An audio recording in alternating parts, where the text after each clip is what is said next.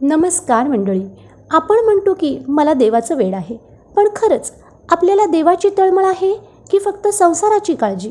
सत्कर्म करूनही आपण जन्ममरणाच्या फेऱ्यात का अडकतो? चला जाणून घेऊयात गोंदवलेकर महाराजांच्या शब्दात. सद्गुरू श्री ब्रह्मचैतन्य गोंदवलेकर महाराज यांच्या प्रवचनातून आपल्याला जगण्याची नवी दृष्टी मिळते.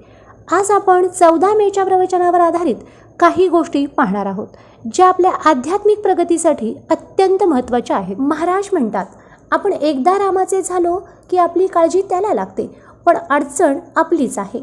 आपल्याला विषयांची आणि लौकिकाची म्हणजेच बाह्य सुखाची आणि प्रतिष्ठेची जास्त ओढ असते. एक विचार करा, नोकरीच्या वेळेला आपण कुटुंबाला बाजूला सारून कामावर जातो ना, मग साधनेच्या वेळेला बायको मुले आड येतात. हे कारण आपण का सांगतो? खरं तर प्रपंच ही एका काडीच्या पेटीसारखी आहे. त्या काडीने तुम्ही दिवा लावून अंधार दूर करू शकता किंवा घरही जाळू शकता. प्रपंचाचा उपयोग कसा करायचा हे सर्वस्वी आपल्या हातात आहे. महाराज सांगतात की वाईट कर्म करताना आपल्याला लाज वाटते, पण चांगलं कर्म केलं की आपण अभिमानाने मिरवतो. मी एवढं दान केलं, मी एवढी सेवा केली.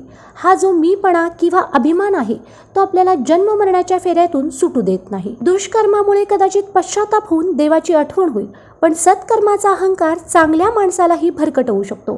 त्यामुळे मीपणा सोडणे हेच खरे वैराग्य आहे. महाराजांनी एक सुंदर उदाहरण दिले आहे.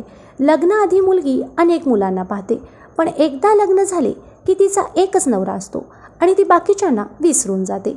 त्याचप्रमाणे लग्न लावले तर मग इतर ऐहिक विषयांची आठवण राहण्याचे कारणच काय?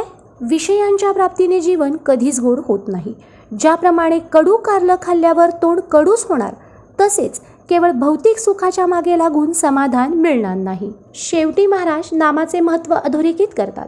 भगवंताच्या नामाची गरज 2 कारणांसाठी आहे. प्रपंचाचे खरे स्वरूप समजण्यासाठी, प्रत्यक्ष भगवंताची प्राप्ती करून घेण्यासाठी. तर मंडळी, आजपासून आपण एक प्रयत्न करूया. जे काही करू ते रामाला अर्पण करून करूया आणि आपला अहंकार बाजूला ठेवूयात.